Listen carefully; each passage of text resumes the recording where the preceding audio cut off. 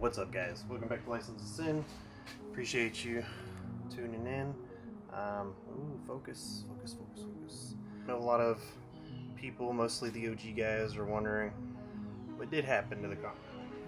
Originally, I was figuring out a valve tick issue. I ended up figuring out that it was the oil, and then later down the road, I had some more issues with it. Go figure. It was originally the start of the channel was working on the Continental, but some fun stuff has happened to it in the last few months, and I just haven't got around to fixing it, mostly due to COVID, I would say. So I got it fixed, we did the oil, got rid of the valve ticking issue, drove it to a car meet, and well, long and short, it skipped timing on the upper timing gear because Ford decided to make the upper timing gear made of plastic. Yeah, I'm not making this up. They made it of plastic. Okay, lost my train of thought. I may have to start over a little bit, but a lot of things happened with the Lincoln between then and now. Was trying to resume some projects on it before too long. We had a list of stuff, height ride sensors. Let's see here, actually, I have some of the stuff here. So I actually was gonna do the alternator swap from the generator. Here's actually the timing gear stuff that I have now, to switch over from that. I had a rag joint, the new chain, some of that's after, but then I even had, oh yeah, I've got the cross member from Devious Customs that we were going to do that'll actually lower, that'll actually lower,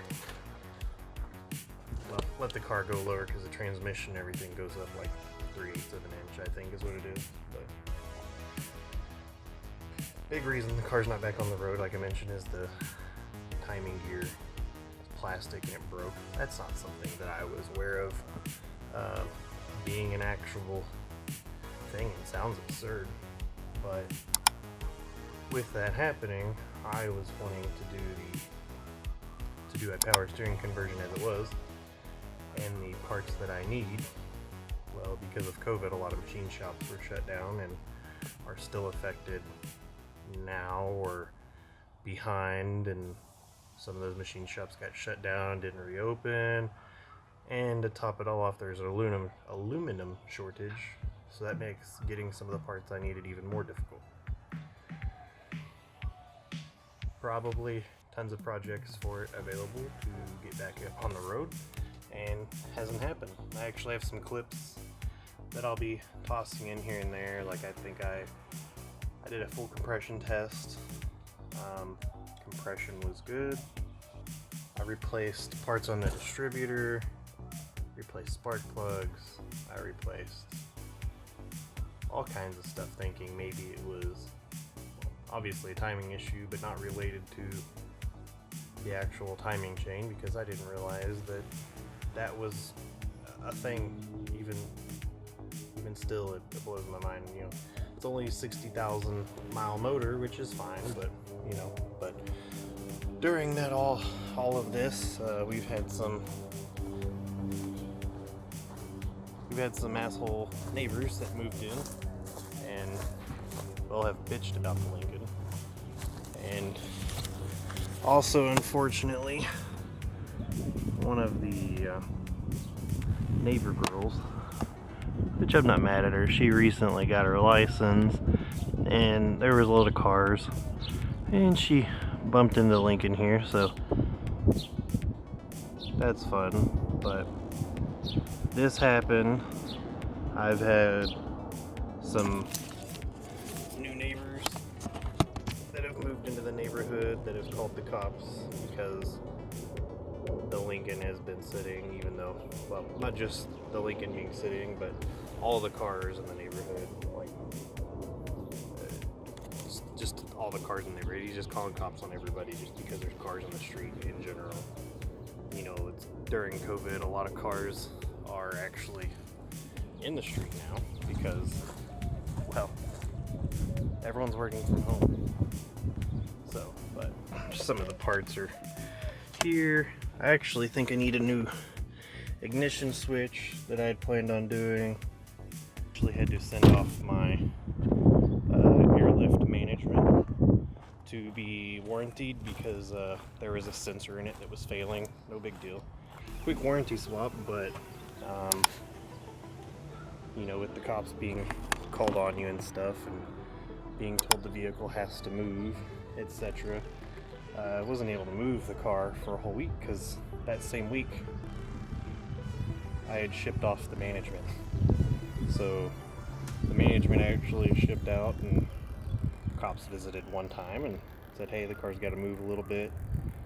Technically it's every 4 to 8 hours, and I was unable to move it because the air management wasn't here and the car was on the ground. Flash forward 2 weeks, cops are called again by this specific neighbor in the neighborhood, and you know, I have explained I was just getting the parts in so I could move it, and that, you know, that previous Sunday is when the neighbor had actually bumped into the car, so I haven't been able to fix the car, get the car to a body shop, and I was just able to finally move it, and I just move it periodically right now so that it appears that the vehicle is moving for this shithole neighborhood.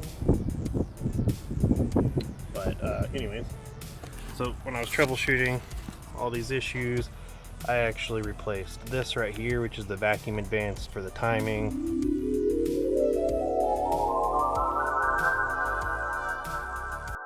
Okay, I didn't film that part, although I should have.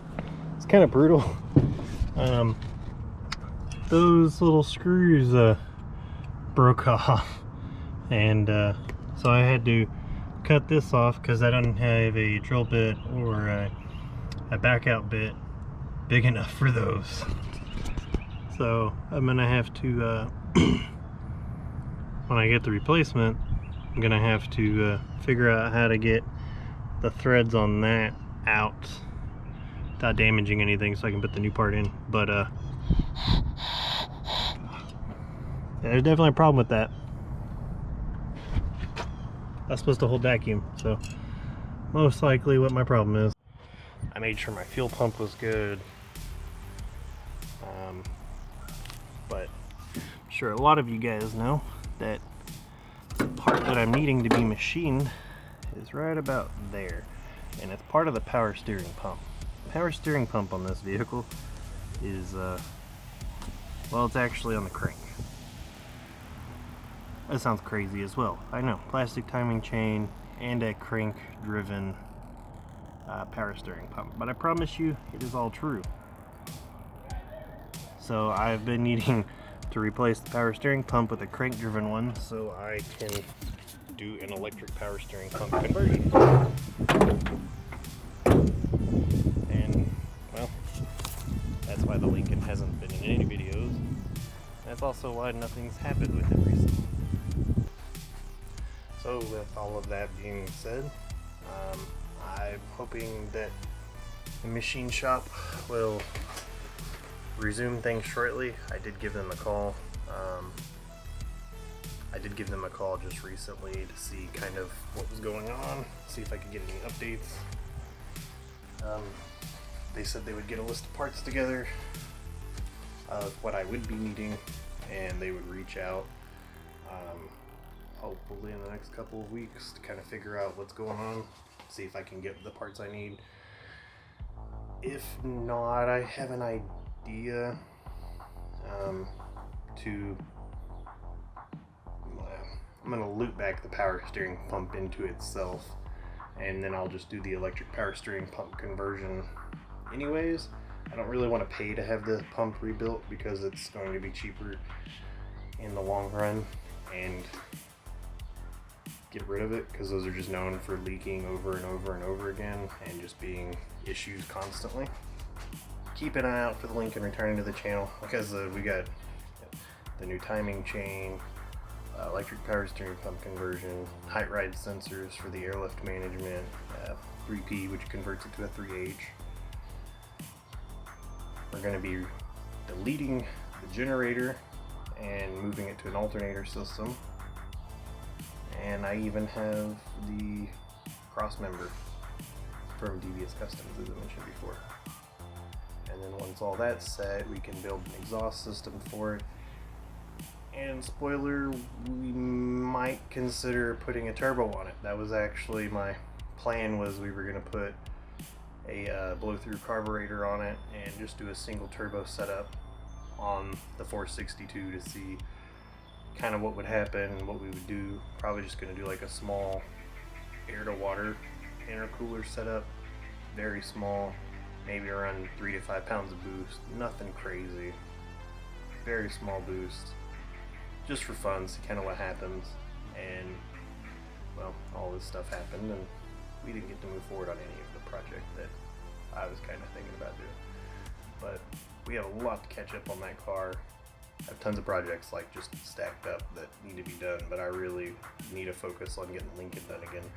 So all you OG subscribers who missing the Lincoln or originally subscribed to the Lincoln, stay tuned for that coming back in the next, hopefully, few weeks, next month or so, on content for you guys. And you know, appreciate you guys staying along. Go ahead and smash that subscribe button. We passed the 600 mark and we're pushing towards that 1,000 subscriber mark, and you know, we're hoping to hit that by July-August time frame to hit that 1,000 subscriber milestone. And appreciate you guys watching. Hope you enjoyed this video. Don't forget to check licensedtosend.com for merch. The merch store is online. You can get merch through Teespring with us guys until we can find a local supplier. Take it easy, guys. Appreciate you watching. Don't do anything I wouldn't do, and if you do, be sure to tell us about it. Peace.